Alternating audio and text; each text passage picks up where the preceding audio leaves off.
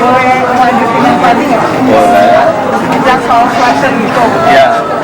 Seberapa banyak untuk mengadakan adegan-adegan flash itu dengan kamu menggunakan efek-efek atau juga efek partikelnya? Dan seperti apa tantangannya? Tentunya banyak tentunya banyak sih. Tentunya banyak dan pasti kita kan mix ya antara practical dan CG. Jadi buat mendapatkan efek yang kita mau pasti ada penggabungan buat kedua unsur itu sih. Salin atau Mbak Niki mungkin bisa cerita ada adegan-adegan seleksi apa yang pas dilakukan itu rasanya susah banget. Mungkin harus loncat-loncat, naik-naik juga, mesti motong-motong orang gitu. Loncat-loncat pasti ya? Loncat-loncat pasti, nendang pasti, ketendang juga pasti. Karena harus ada yang dikalahkan ya, nggak mungkin dua-duanya menang, tapi yang mana nanti nonton sendiri. Cuman gimana, ada kesulitannya nggak? Kayaknya enggak sih, karena semuanya dilakukan dengan safety dan semuanya udah dibicarakan sebelum melakukan gerakannya, jadi jelas tujuannya apa, dan safety juga jelas kayak Dan udah batasan-batasannya. Ya, ada udah latihan juga sebelumnya, latihan offset dan onset juga, jadi bener-bener pas udah take semua udah maksimal dan aman. Mungkin Fatih bisa diceritain detailnya persiapannya seperti apa, terutama yang fisik ya, itu harus workoutnya seperti apa, terus latihan bela dirinya seperti apa, terus ada mungkin asupan gizinya juga yang berubah nggak sih supaya badannya. Tapi kan lagi, jadi waktu 3 bulanan, awal bulan aku gym seminggu itu 3 kali, 2 kali latihan koreo. Sebelum latihan koreo itu aku full gym karena ada, ini kayak goal aku sendiri, aku ada goal tersendiri mau segini gitu. Aku pengen kayak dengan berat badan segitu dan kayak kondisi fisik seperti itu, yang diharapkan adalah fisiknya jadi kuat untuk melakukan koreo-koreonya, dan juga kalau lebih kuat kan jadi nggak gampang capek. Jadi secara nutrisi juga protein penting, nggak makan nasi, makan cuman sayur, kentang dan dada ayam. Gitu. Untuk yang melatih koreo itu dari tim siapa ya? Dari timnya ada 2 sih, ada pejuang stun, sling juga. Ada pakai body double, ada Ya, untuk alasan safety kita kan nggak bisa memaksa aktornya sendiri kan, maksudnya jadi resikonya jadi lebih besar kalau misalnya kita lakukan itu gitu. Karena kan syuting kan harus tetap berlangsung, jadi kita ada beberapa adegan yang mereka mempunyai body double. kan ada banyak pakai kayak senjata gitu ya, kayak pisau atau pedang. Nah, itu gimana latihannya kamu? Latihannya pakai awalnya pakai yang kayak bisa gitu, waktu makin mendekati syuting pakai yang kayak agak beneran tapi bukan beneran, emang agak keras karena aku juga harus merasakan seberapa panjangnya dan beratnya, jadi dibuat semirip mungkin, tapi kalau syuting nggak mungkin pakai berat. Nggak mungkin. Itu mix and match sih, itu teknis itu Sesuai kebutuhan. ketika ada pose-pose tertentu yang kita butuh close up itu pakai real, ketika kita berhadapan sama lawan lainnya kita pakai yang lebih seksi, Itu senjatanya ada khusus nggak sih yang memang dimiliki oleh karakter itu gitu, pedangnya? tentunya seperti lihat di poster itu lumayan khusus sih, emang didesain. Senjata ini. Iya, senjata ini. Pisaunya Pak Kunjara juga ada, memang kita pilih khusus. Apa yang penjara? Oh, pisaunya ya. Itu sebenarnya dari mana sih?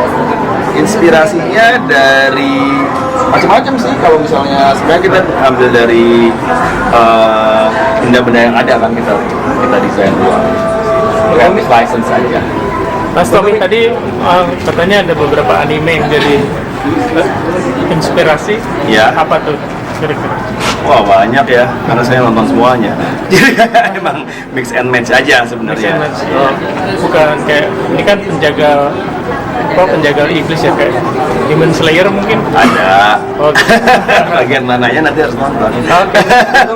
Penasaran dong, ini penjaga iblis subjudulnya dosa turunan. Iya. Kalau misalkan ada sequelnya penjaga iblis itu bakal ditahan mungkin subjudul yang lain. Ya, tentunya. Nanti kita akan lihat chapter baru lagi apa yang dilakukan si penjaga iblis ini. Mbak Dikan, saya penasaran menjawab pertanyaan tadi yang dari soal kayak persiapan syutingnya juga seperti apa tadi. Tapi cerita Mbak Dikan itu seperti apa gitu. Bisa cerita Kalau sama maksudnya persiapan fisik. Oh, aku ya. Oke, persiapan fisik sebagai Pak Kunjara otomatis emang harus ada basic olahraganya, karena kan ada beberapa adegan action juga. Jadi gimana caranya supaya stamina kita tetap terjaga, supaya nanti syutingnya juga kita nggak ngos-ngosan gitu. Tapi memang kalau untuk ngebentuk badan atau apa untuk Pak Kunjara nggak ada, karena sebetulnya Pak Kunjara itu seperti Karena dia. dia karakternya sendiri, dia harus terlihat ringkih. Iya. Jadi sebetulnya justru agak tricky. Aku harus membangun stamina yang cukup kuat, tapi aku harus terlihat ringkih gitu. Karena memang kekuatanku bersumber dari mungkin yang agak-agak magis ya, bisa dibilang begitu.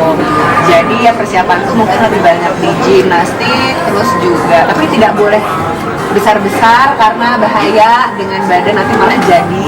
Terus juga kalau untuk makanan aku nggak dijaga sih, supaya badan tidak jadi. Yang penting fit. Mungkin ada tokoh dari film action yang jadi referensi kalian dalam ini gitu. Kalau dari aku personally justru belum ada ya. Kalau referensi film mungkin karena untuk mendapatkan ilham aja. Tapi kalau misalkan satu orang atau satu karakter untuk jadi acuannya nggak ada. Malah bisa dibilang ini kita Iya. diskusi sama-sama untuk menciptakan Menciptakan sesuatu yang baru. sesuatu yang baru. Apa sih kalau misalkan mungkin dukun atau witch atau orang pinter di Indonesia rata-rata laki, ini perempuan. Kalau untuk Pak Kunjara itu enaknya kita bikin seperti apa ya? Aku setuju sih karena ini dari ceritanya Pak Tommy, beliau yang bikin karakternya. Jadi paling lebih banyak ngobrol daripada mencari mirip apa ya, karena kayaknya kita membuat sesuatu hal yang baru ya. Jadi paling ngobrol sama teman. Kalau tadi masukan dari ayah apa sih dengan karakter kamu di sini? Mungkin actionnya dikasih masukan seperti apa? Paling dia selalu liatin detail gerakan karena kata dia itu penting, sama safety buat orang-orang di sekitar sih, jangan egois sendiri gitu lah. Karena kita syuting bersama-sama, nggak boleh sampai ada yang celaka gitu. Mas Tommy, saya penasaran kenapa menggabungkan maksudnya tokoh protagonis dan antagonis itu sama-sama perempuan. Maksudnya kayak jarang sekali kan gitu, kayak lawannya itu jadi perempuan sama perempuan. Itu dia, jarang sekali kan. Itu jawabannya. Mas, film ini akan ada part 2-nya atau lanjutannya? Insya Allah ada sih, kita sih nggak pernah menutup kemungkinan buat itu ya. Cuman ya kita lihat lah. Yang pertama dulu nih, Iya, iya. Ini bagus. jangan lupa saksikan Film Penjaga Mimpi Setelah Turunan di Bioskop tanggal 30 April 2025. Di